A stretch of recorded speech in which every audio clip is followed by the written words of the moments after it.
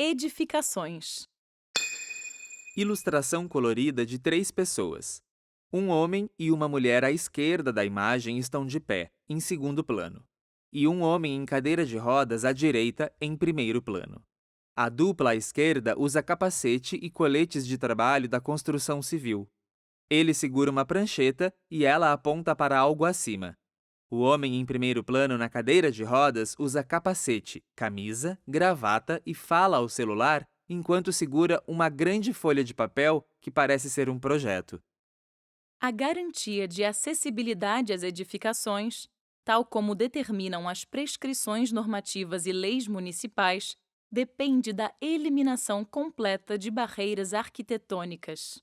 Nas edificações, esses obstáculos ocorrem principalmente em acessos, entradas e saídas, áreas de circulação horizontal e vertical, aberturas, portas e janelas, sanitários, vestiários, piscinas e mobiliários, balcões, bebedouros, etc. São as seguintes edificações que devem garantir os requisitos de acessibilidade: de uso privado multifamiliar, de uso público e de uso coletivo. Edificações de uso privado multifamiliar. Consideram-se aquelas edificações residenciais agrupadas, horizontal ou verticalmente, em condomínios tais como edifícios ou vilas.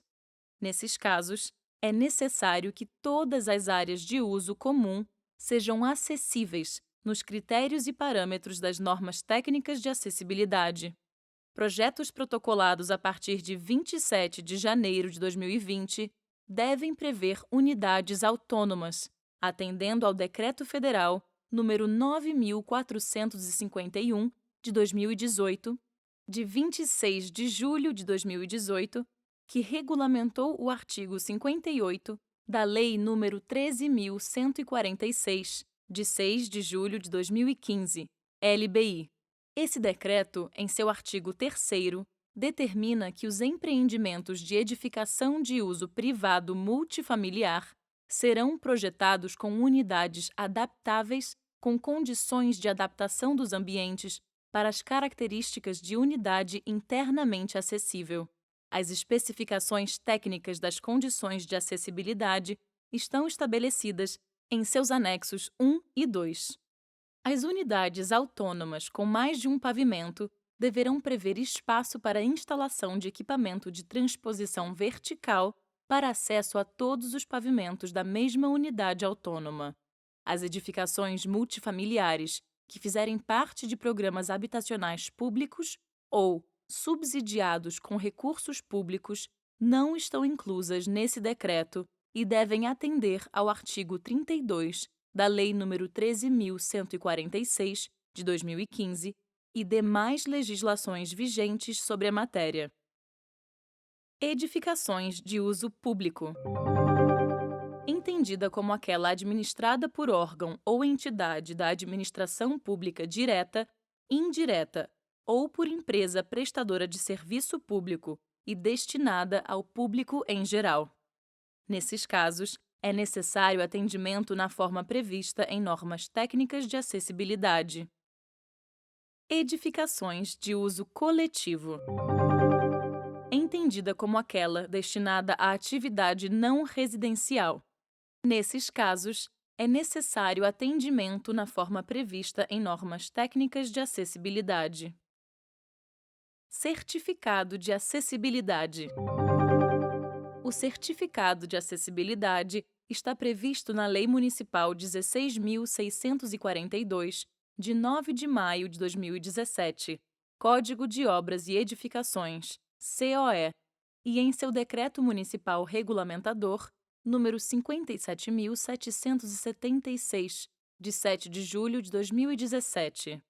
Através de procedimento administrativo e a pedido do proprietário ou possuidor, a Prefeitura expede certificado de acessibilidade quando da conclusão da adaptação da edificação existente às condições de acessibilidade às pessoas com deficiência ou mobilidade reduzida, conforme as disposições do COE, normas regulamentadoras, normas técnicas e legislação correlata.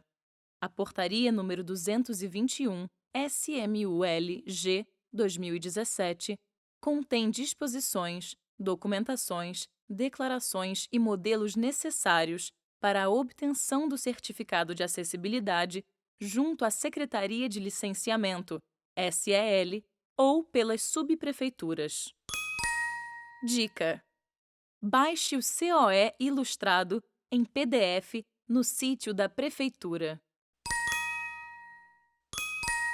O que diz a lei?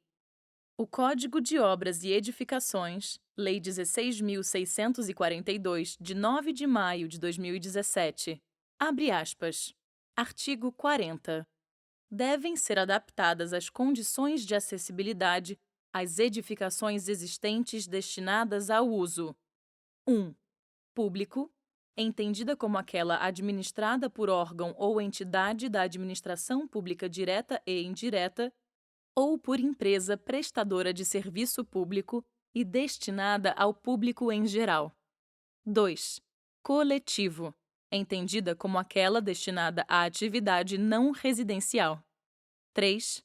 Privado, entendida como aquela destinada à habitação classificada como multifamiliar. Parágrafo 1º. Na edificação habitacional multifamiliar, todas as áreas comuns devem ser acessíveis. Decreto Municipal 57.776, de 2017. Artigo 26. As edificações existentes que se enquadrarem nos incisos 1 e 2 do artigo 40 do COE devem requerer perante os órgãos competentes, no âmbito das suas competências, o certificado de acessibilidade. Fecha aspas. Selo de acessibilidade arquitetônica. O selo de acessibilidade é atribuído a edificações, espaços, transportes coletivos, mobiliários e equipamentos urbanos pela Comissão Permanente de Acessibilidade, CPA, e emitido pela Secretaria Municipal da Pessoa com Deficiência, SMPED, atestando que uma edificação é adequada a pessoas com deficiência, conforme estabelecido no Decreto 45.552, de 29 de novembro de 2004, e na Lei Municipal número 15.576, de 6 de junho de 2012. Dica: veja esta e outras informações sobre o selo de acessibilidade no sítio da Prefeitura/CPA. Acessos e circulação. Rota acessível. A rota acessível é um trajeto contínuo, desobstruído e sinalizado que conecta os ambientes externos e internos de espaços e edificações e que pode ser utilizado de forma autônoma e segura por todas as pessoas. Um cidadão com deficiência ou mobilidade reduzida que estiver na rua e desejar entrar em um edifício tem o direito de fazê-lo sem ajuda, da forma mais autônoma e segura. Para isso, os acessos devem respeitar características de piso e de circulação horizontal e vertical. Na imagem, observamos uma rota acessível. Ela é representada por uma faixa azul, que vai desde a vaga para veículos de pessoas com deficiência, passa pela calçada, entra em uma edificação, indo até uma sala com mesas dentro do edifício e sinalizando a área de circulação entre estas mesas. Quais entradas devem ser acessíveis? Novas edificações. Todas as entradas, bem como as rotas de interligação às funções do edifício, devem ser acessíveis. Edificações existentes. Todas as entradas devem ser acessíveis. A entrada principal ou com maior fluxo de pedestres deve ser acessível para garantir a não separação de público. Havendo outros acessos secundários, na impossibilidade de adequação tecnicamente justificada, a distância entre cada entrada acessível e as demais não pode ser superior a 50 metros. Estes acessos devem ser vinculados por meio de rota acessível à circulação principal e as circulações de emergência. Os acessos devem prever superfície regular, firme, contínua, estável e antiderrapante sob quaisquer condições climáticas. Percurso livre de obstáculos, com largura mínima recomendada de 1,50 metro e mínima admitida de 1,20 metro. Inclinação transversal da superfície de no máximo 2% para pisos internos e máxima de 3% para pisos externos. Inclinação longitudinal igual ou acima de 5%. Acima disto, será considerado rampa. Desníveis entre 0,5 centímetros e 2 centímetros devem ser chanfrados na proporção de 1/2, 50%. Degraus isolados, que são uma sequência de até 2 degraus, devem ser evitados. Escadas e rampas ou escadas e equipamentos eletromecânicos para vencer desníveis superiores a 2 centímetros. Piso tátil de alerta para sinalização e indicação de mudança de plano da superfície do piso e de presença de obstáculos. Piso direcional quando da ausência de linha-guia, caso a caso. Na existência de catracas ou cancelas, ao menos uma acessível à pessoa com deficiência ou mobilidade reduzida. Símbolo Internacional de Acesso, SIA, para indicar, localizar e direcionar adequadamente a pessoa com deficiência ou mobilidade reduzida. Dimensionamento de largura de corredores. Na circulação horizontal, deve-se garantir que qualquer pessoa possa se movimentar no pavimento onde se encontra com total autonomia e independência. Para isso, os percursos devem estar livres de obstáculos, atender características referentes ao piso e apresentar dimensões mínimas de largura na circulação. Para o deslocamento de pessoas com deficiência ou mobilidade reduzida, é necessário prever áreas de rotação e de aproximação, possibilitando assim a livre circulação e total utilização do espaço construído. A imagem mostra a largura mínima para a passagem de uma pessoa em cadeira de rodas. O corredor deve ter entre 1,20 m até 1,50 m de largura. Na imagem, 2 homens transitam pelo corredor em sentidos opostos. Um deles está em uma cadeira de rodas, o outro não, e podem passar lado a lado. Esta imagem mostra a largura mínima para a passagem de 2 pessoas em cadeiras de rodas.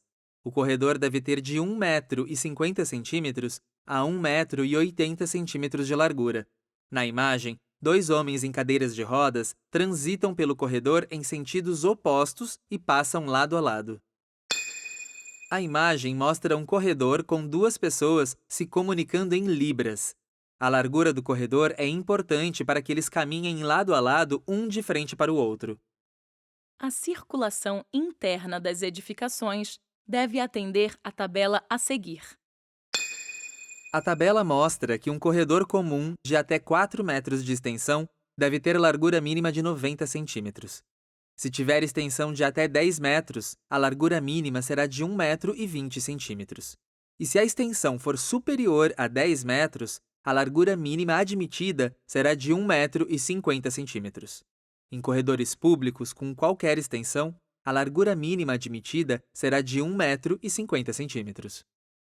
No caso de reformas, onde a adequação dos corredores seja impraticável, devem ser previstos bolsões de retorno para usuários de cadeiras de rodas, considerando área de rotação de 180 graus a cada 15 metros de extensão do corredor.